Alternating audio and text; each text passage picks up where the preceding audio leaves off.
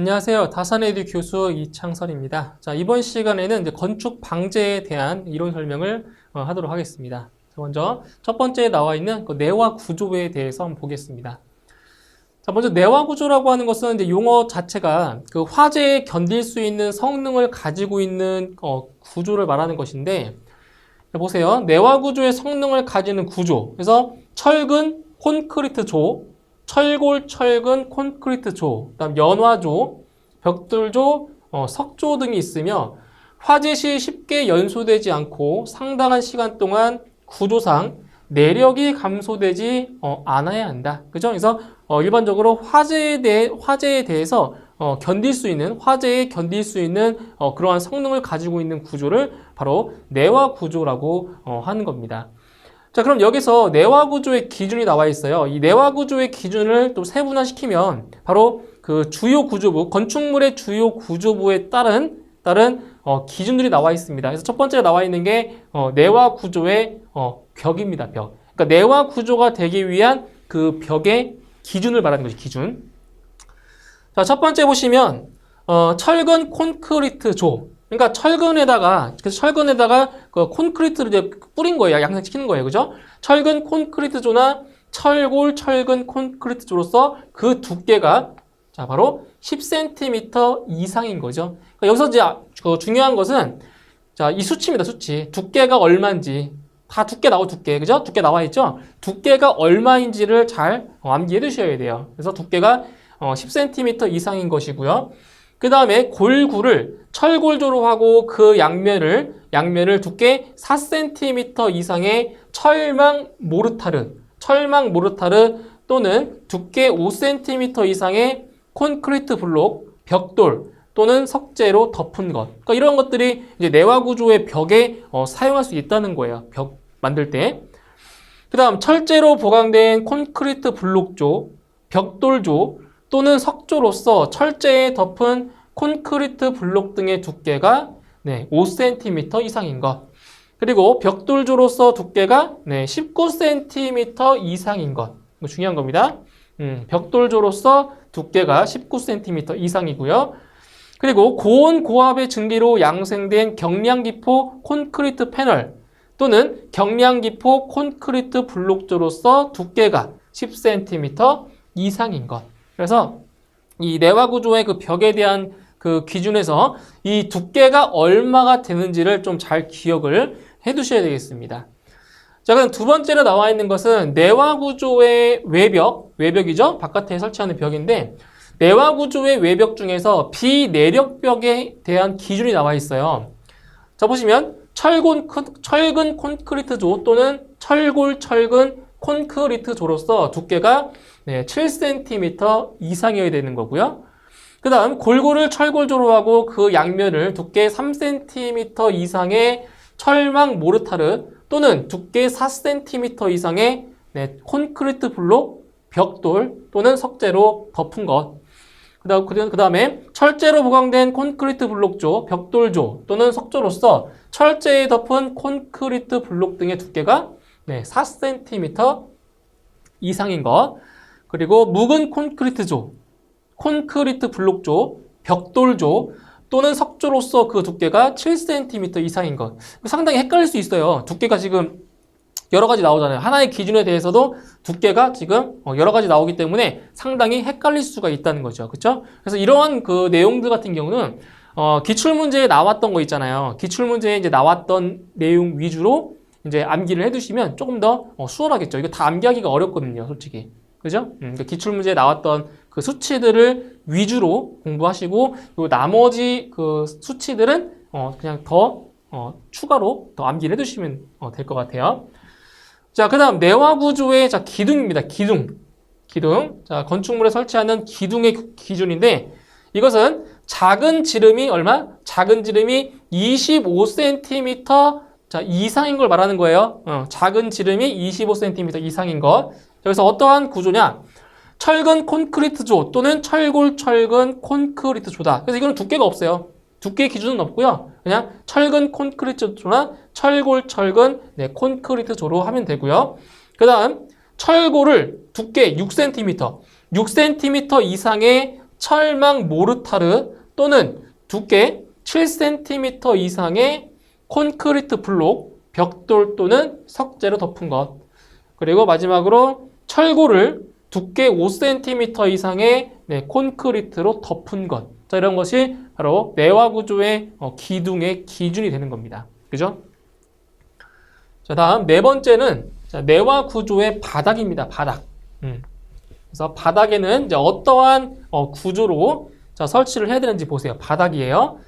그래서 철근 콘크리트조 또는 철골 콘크리트조로서 두께가 그죠? 10cm 이상이 돼야 되고요. 10cm. 그 다음 철제로 보강된 콘크리트 블록조, 벽돌조 또는 석조로서 철제에 덮은 콘크리트 블록 등의 두께가 5cm 이상이고요. 그리고 철제의 양면을 두께 5cm 이상의 철망 모르타르 또는 콘크리트로 덮은 것. 자, 이렇게 해서 세 가지의 기준이 나와 있어요. 이제 바닥에 대한 기준이었고요. 그 다음에 이제 내화 구조의 보입니다. 보. 보 같은 경우는 천장 아래에 이제 설치해 주는 거죠. 보. 그래서 철근 콘크리트조나 철골 콘크리트조를 사용할 수 있고요. 그리고 철골을 두께 6cm 이상의 철망 모르타르 또는 두께 5cm 이상의 철 콘크리트로 덮은 것. 그리고 철골조의 지붕틀로서 바로 아래에 반자가 없거나 불연재료로 된 반자가 있는 것. 그죠? 자, 그리고 이제 내화 구조의 지붕입니다.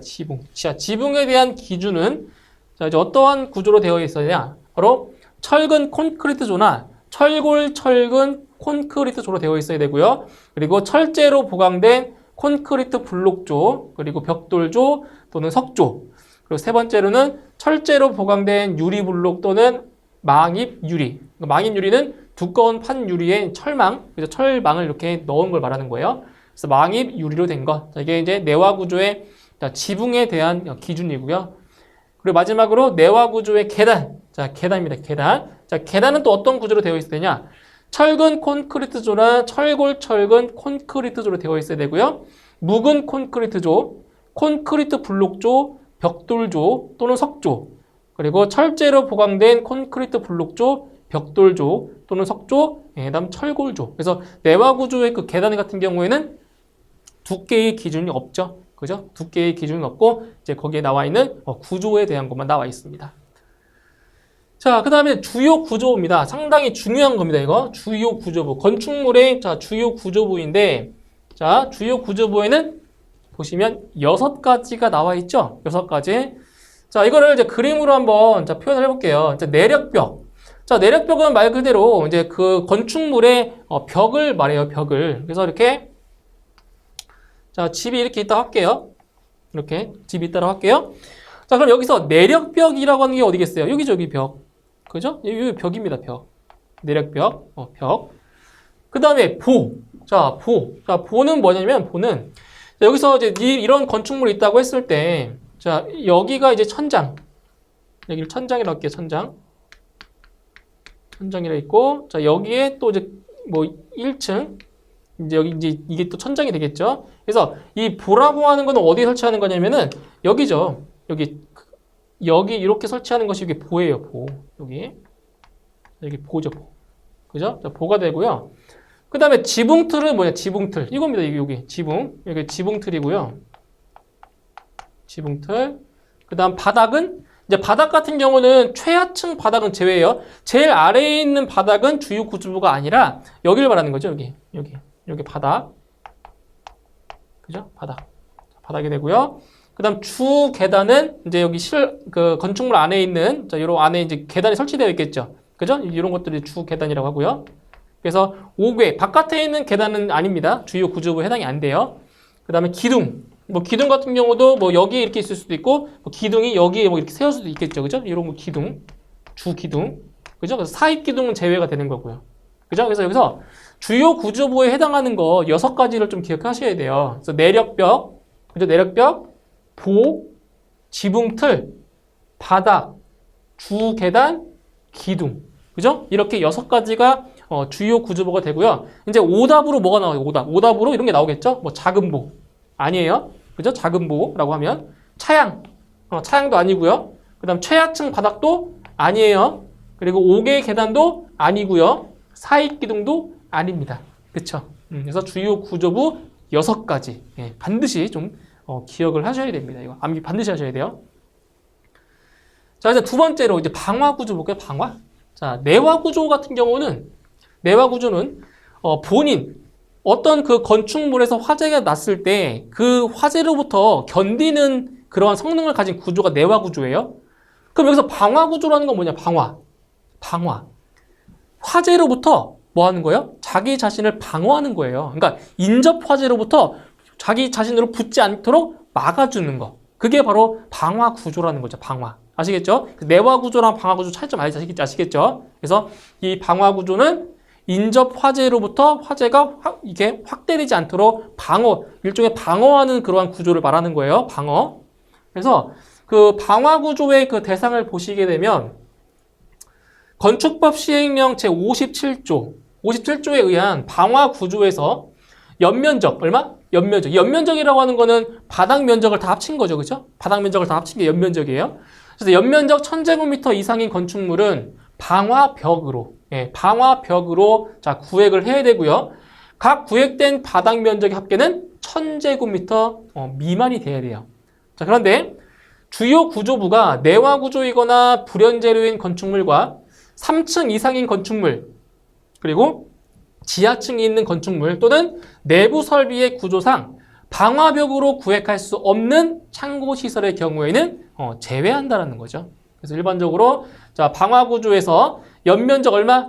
연면적이 1000제곱미터 이상인 건축물에는 반드시 방화벽으로 구획을 해야 된다는 거죠. 방화벽으로.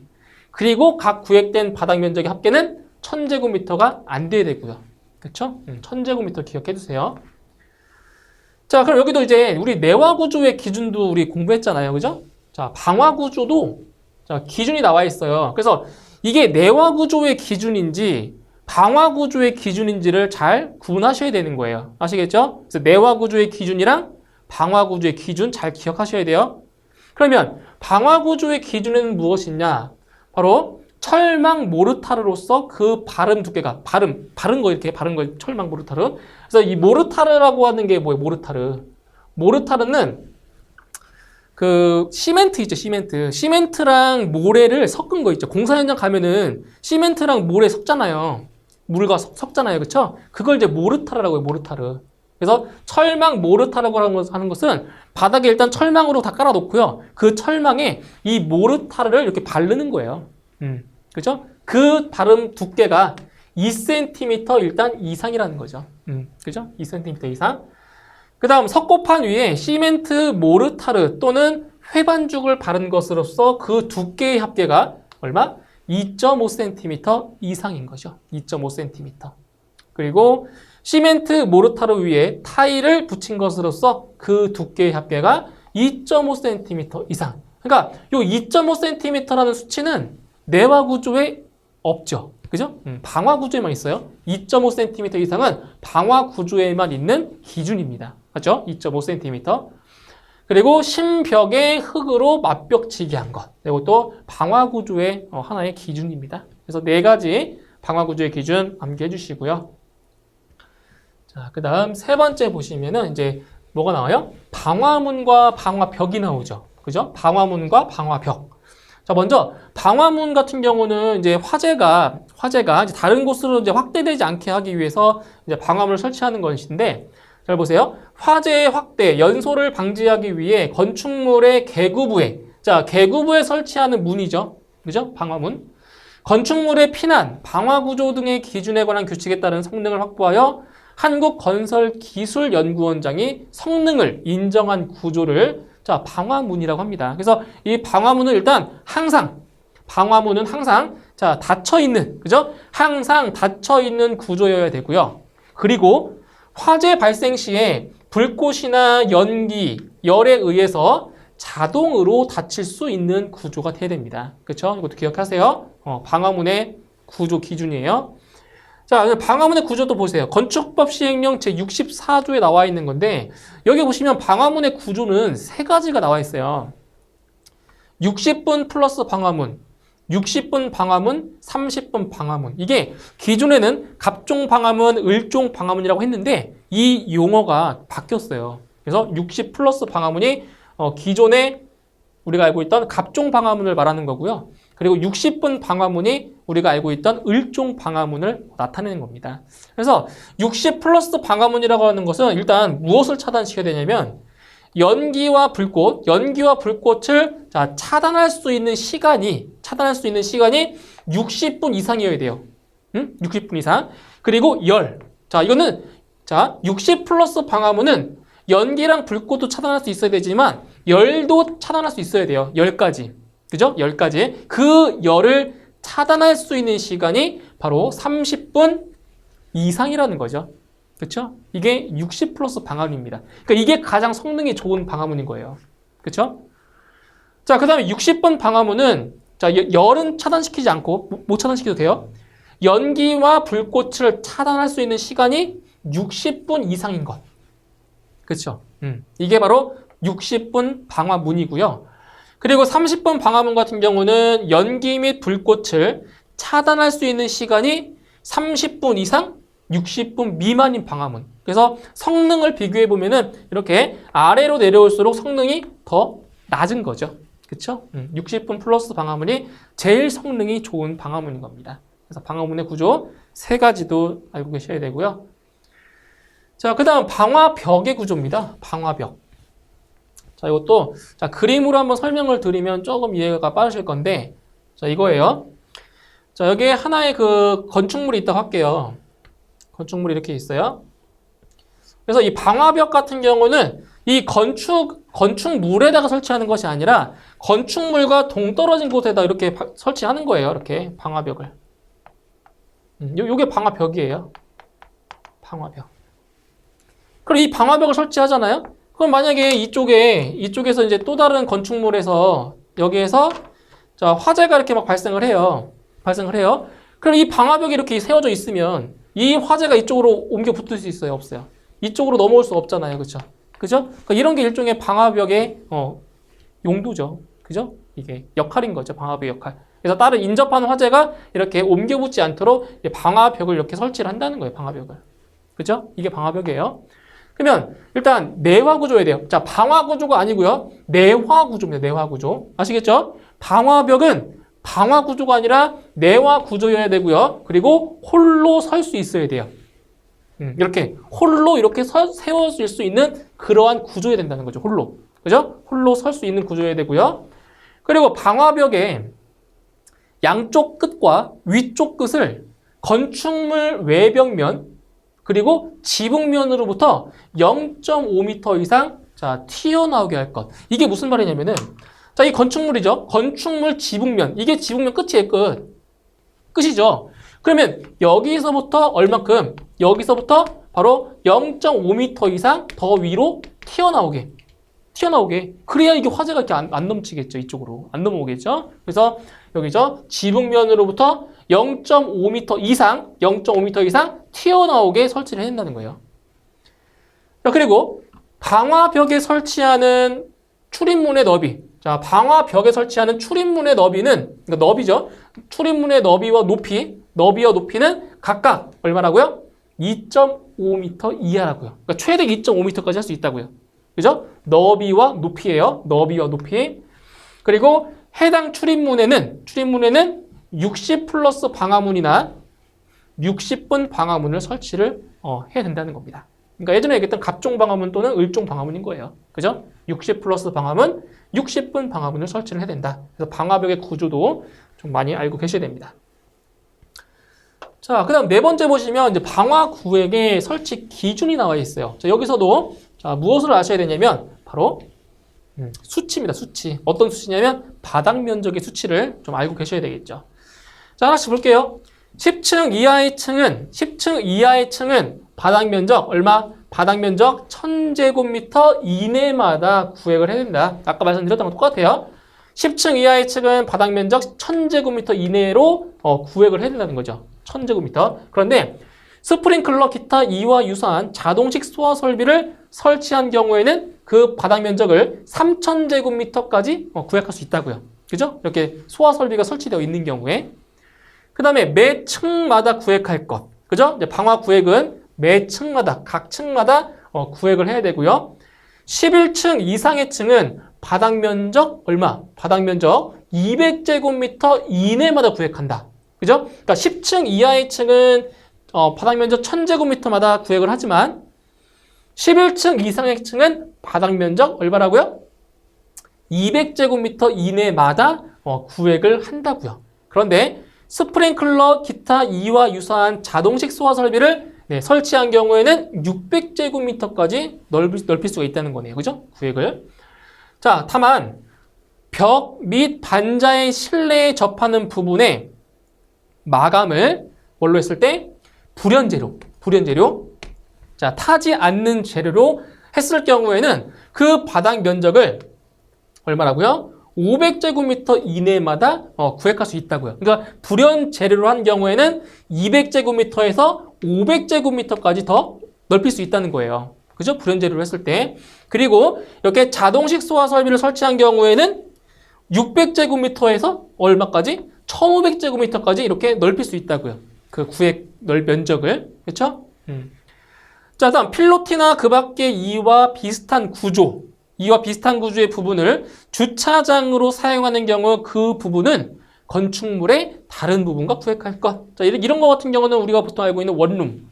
그죠? 원룸 건축물 같은 경우에는 그 필로티 그 밑에 공간을 주차장으로 쓰고 있잖아요. 그죠? 네, 그런 것처럼 다른 건축물의 부분과 구획할 수가 있다는 겁니다. 자, 그 다음에 이제 불연재료와 준불연재료 그리고 난연재료의 종류를 자, 한번 보셔야 되는데, 자, 먼저 불연재료. 그러니까 연소가 안 된다고요. 완전히 불가능하다고요. 불연재료. 그래서 불에 타지 않은 성질을 가진 재료를 불연재료라고 합니다. 불에 안 탄다고요. 절대로. 그래서 그런 종류에는 콘크리트, 그죠? 콘크리트로 우리 그 건축물 많이 짓잖아요. 아파트 같은 경우도 다 콘크리트로 짓는 거잖아요. 그죠? 콘크리트, 벽돌, 기와, 성면, 철강, 알루미늄, 유리, 진흙 이런 것들. 그죠? 이런 것들은 절대 불에 타지 않는 재료들인 겁니다. 그죠? 불연재료. 그 다음에 준불연재료는 뭐예요? 준불연재료는 불연재료에 준하는. 그러니까 불연재료와 비슷하지만 불연재료가 아닌 것. 그죠? 네? 준한다고요? 그래서 준불연재료라고 하는 것은 불연재료에 준하는 성능을 가진 재료다. 그래서 불연재료보다는 성능이 조금 떨어진 거겠죠. 준불연재료라고 하는 것은. 이제 그런 것들에는 이제 석고나 시멘트, 앞면 등의 보드판 이런 것들이 준불연재료로 구분되고 있는 겁니다. 그리고 자, 난연재료. 자, 난연재료는 뭐냐? 난연재료는 불에 잘 타지 않는다고요. 그러니까 불에 타긴 타는데 잘 타지 않는다고요. 불에.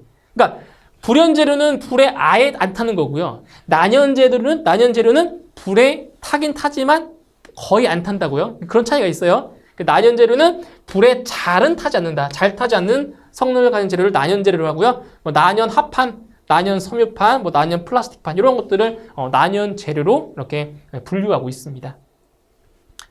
자, 이제 세 번째 이제 기타 사항을 보시게 되면 자, 이게 뭐가 나와 있어요? 지하층이에요, 지하층. 자, 지하층의 정의 암기하셔야 됩니다. 자, 지하층의 정의. 자, 보세요. 지하층이라고 하는 게 무엇이냐면 이런 거예요. 자, 여기에 이제 어떤 건축물이 있다고 할게요. 고층 건축물이 있다고 했을 때 다시 그릴게요. 자, 이러한 어떤 건축물이 있어요, 이렇게. 그럼 여기 이제 무엇이 있냐? 자, 지표면. 그쵸? 자, 여기 이렇게 지표면이 이렇게 있을 수 있다고, 지표면. 그죠? 그러니까 여기 그러니까 예를 들어서 뭐 아파트 같은 경우는 그 지하층에 주차장이 있잖아요. 그죠? 그런 것처럼 요 지하에도 어떤 공간이 있단 말이에요. 그죠? 공간이. 그러면은 여기서 일단 지하층의 정의가 뭐냐? 지금 이 건물을 이런 식으로 자, 구획했다라고 했을 때 이거예요. 자, 건축물의 바닥이 지표면 아래에 있는 층을 말하는 거죠. 그죠? 지표면. 이 지표면 아래에 있는 층을 이제 지하층이라고 하는데, 그 기준이 뭐냐면 바닥에서 지표면까지의 평균 높이가 여기를 말하는 거겠죠. 바닥에서 지표면까지 여기 이 높이가 그죠? 이거 자, 이거 바닥에서 지표면까지의 평균 높이를 h라고 놓을게요. 이게 h라는 거예요. 여기서부터 여기까지의 높이가 이게 h라고요. 그 평균 높이가 해당 층 높이의 얼마라고요? 해당 층 높이의 2분의 1 이상인 것을 지하층이라고 해요. 그러면은 해당 층 높이가 뭐겠어요? 여기서 해당 층의 높이를 H'으로 놓을게요. H'으로. 그럼 어디냐면 여기죠, 여기. H'이. 이 해당 층의 높이, 그죠? 이 해당 층 높이의 2분의 1 이상이 되면 이것을 지하층이라고 정의를 한다는 거예요. 그죠? 여기서 중요한 건 뭐겠어요? 이거죠. 이게 중요하겠죠. 그죠? 2분의 1 이상이라는 거. 그죠? 이거예요. 그래서 해당 층 높이의 2분의 1 이상인 층을 바로 지하층이라고 정의를 내리는 겁니다. 이렇게. 자, 그 다음에 이제 연소 확대 방지를 위한 방화 계획 3가지가 있습니다. 3가지. 그래서 면적 단위인 수평구획이 있고요. 면적을 기준으로 하는 수평단위. 그리고 수평구획이 있고요. 층 단위. 층 단위라고 해서 1층, 2층, 3층, 4층 이렇게 층 단위로 계획하는 것을 수직구획 또는 수직계획 이렇게 얘기하죠. 층 단위예요. 그 다음에 용도 단위, 용도. 여기를 지하층으로 쓸 거냐, 그죠? 아니면 업무시설 쓸 거냐 이런 것처럼 바로 용도구획, 용도계획. 이렇게 해서 연소 확대 방지를 위한 방화계획 3가지가 있어요. 수평구획, 수직구획, 용도구획. 이 3가지로 기억하셔야 됩니다. 수평, 수직, 용도 3가지예요. 자, 그 다음 세 번째. 자, 건축물 방화에 자, 기본적인 사항이 나와 있어요. 자, 보시면, 자, 재해 발생 시 화재의 확대 방지. 그죠? 화재를 확대 방지하기 위해서 방화 구조를 선택하는 거예요. 건축물의 방화 대책, 안전 피난에 대한 대응은 건축에 어떤 대응이 있다? 공간적인 대응과 설비적인 대응으로 구분한다는 거죠. 공간적인 대응과 그리고 그 공간적인 대응을 보조해주는 설비적인 대응이 있다는 거예요.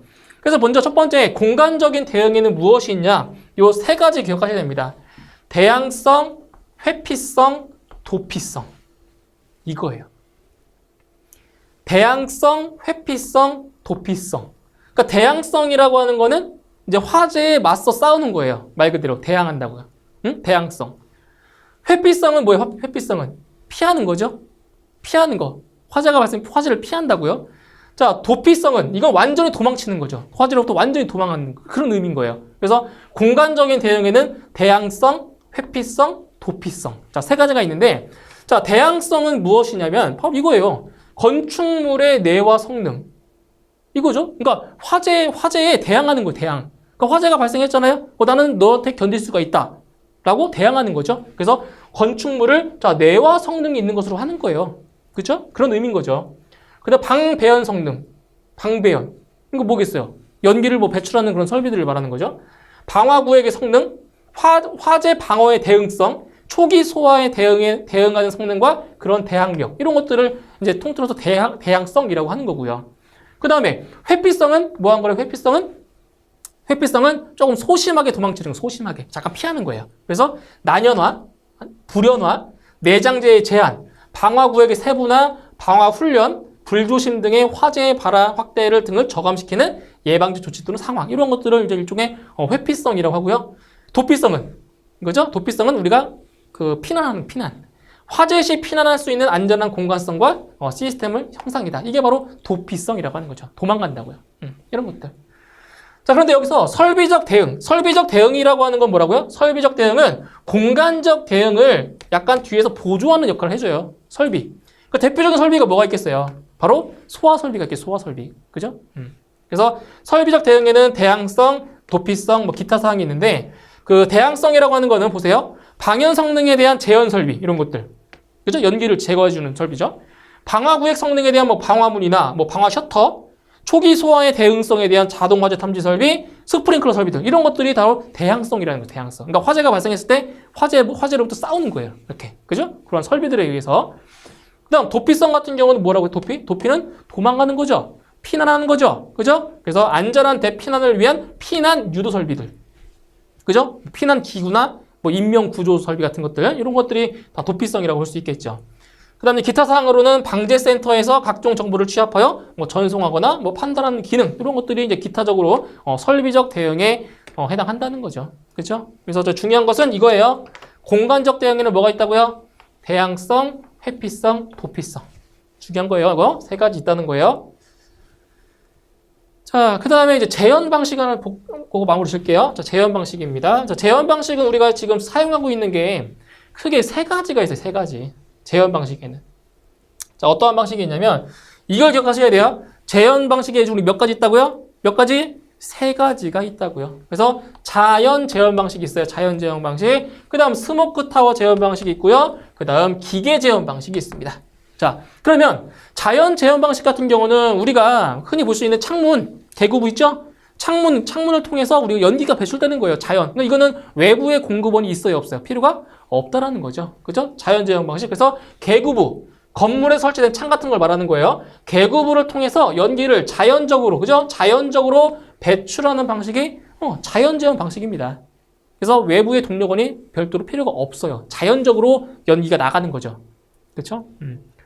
자, 그 다음 이 스모크 타워 재현 방식은 뭐냐면 그 화재가 발생해서 연기가 발생을 하잖아요. 그죠? 그럼 그 연기가 어디로 차냐면 바로 계단실에 연기가 막 차요. 그죠? 그런데 계단실 같은 경우는 특별히 환기구 같은 게 없기 때문에 어떻게 되겠어요? 연기가 막 엄청 금방 차겠죠. 그죠? 그 계단실 내에 연기를 배출시켜주는 그 설비가 바로 이 스모크 타워라는 거예요. 스모크 타워. 네? 그래서 이 스모크 타워는 거기 이제 배연기도 있고요. 그리고 급기하는 급기구도 있어요. 그래서 급기와 배기를 바로 이 스모크 타워를 통해서 둘 다 할 수 있다라는 거죠. 그래서 루프 모니터를 통해서 설치해서 재현하는 방식인데, 자, 스모크 타워는 급기와 재현의 균형이 이루어져야 된다고요. 그죠? 그러니까 스모크 타워는 급기도 하지만 재현도 해요. 그런데 이게 어설프게 하잖아요. 어설프게 해버리면 그 계단실 내에서 연기가 이렇게 와류예요. 그러니까 와류라고 하는 거는 맴돈다는 얘기예요. 공기가 이렇게 맴돌기 때문에 이 급기와 재현이 균형을 이뤄야 제대로 된 연기를 배출할 수 있다는 거죠. 그죠? 그래서 균형이 이루어져야 돼요. 그 다음에 재현통의 재현구는 바닥에서 어디에 설치한다고요? 위쪽에. 그렇죠? 왜냐면 연기는 그 뭐 부력에 의해서 위로 떠요. 이렇게 위로 올라간단 말이에요. 그래서 그 재현구, 연기를 배출하는 그 구멍을 말하는 거죠. 재현구는 바닥에서 어디에 설치한다고요? 위쪽에 설치를 해주고요. 반대로 급기구는 어디에 설치한다고요? 바닥에다가 설치하는 거죠. 그러니까 바닥에서 이렇게 새로운 공기를 넣어주고요. 위에서 연기를 빼준다고요. 그죠? 이게 바로 스모크 타워 재현 방식이에요. 그래서 배기와 급기는 자연 급배기식과 기계식이 있고요. 그리고 재현통과 급기통은 피난계단 전실에서, 그죠? 피난계단 전실에서 연기가 와류하지 아니하고 유효하게 재현될 수 있도록 배치해야 된다고요. 어설프게 하면은 이게 맴돌아요. 연기가 안 나가고. 자, 그 다음에 이제 기계 재현 방식이죠. 기계 재현 방식. 그러니까 이게 가장 많이 사용하는 거죠. 기계. 그러니까 이거는 강제적으로 연기를 빼는 거예요. 강제적으로. 그러니까 댐퍼를 이용했었죠. 그래서 이 기계 재현 방식에는 세 가지가 있어요. 제1종, 제1종이 있고요. 제2종, 제3종이 있는데 이 세 가지 중에서 가장 많이 사용하는 것이 이겁니다. 제3종. 이게 제일 많이 사용해요. 그래서 제1종, 제 기계 재현 방식 같은 경우에는 송풍기와 배연기 있죠. 송풍기와 배연기를 둘 다 설치합니다. 그러니까 급기가 공기를 넣어주는 것과 빼주는 거 있죠. 연기를 빼주는 거를 둘 다 설치해요. 설치해서 급기와 배기를 하는 방식으로 장치가 복잡하겠죠. 왜? 둘 다 설쳐야 되니까. 복잡하겠죠. 그 다음에 제2종 기계 재현 방식은 뭐만 설치가 되어 있냐? 송풍기만 설치되어 있어요. 바람만 넣어주는 거, 공기만. 송풍기만 설치가 되어 있고 바로 급기와 배기. 어차피 이것도 급기와 배기는 다 해요. 단지 설치가 되어 있는 게 송풍기만 설치가 되어 있다는 거죠. 당연히 급기와 배기 다 되겠죠. 그죠? 급기와 배기를 다 하는 방식인데 역류의 우려가 있고요. 그 다음에 가장 많이 사용하는 제3종 기계 재현 방식은 자, 이거는 배연기죠. 배연기만 설치를 해요. 배연기만 설치를 하고요. 급기와 배기를 또 같이 하겠죠. 급기와 배기를 하는 방식으로 가장 많이 사용하는 기계 재현 방식이다라는 거. 이것도 기억을 해두시면 되겠습니다. 자, 그래서 이번 시간에는 이제 건축 방제에 대해서 다 같이 알아보았고요. 다음 시간에 이제 문제풀이 시간에 다시 뵙도록 하겠습니다. 수고하셨습니다.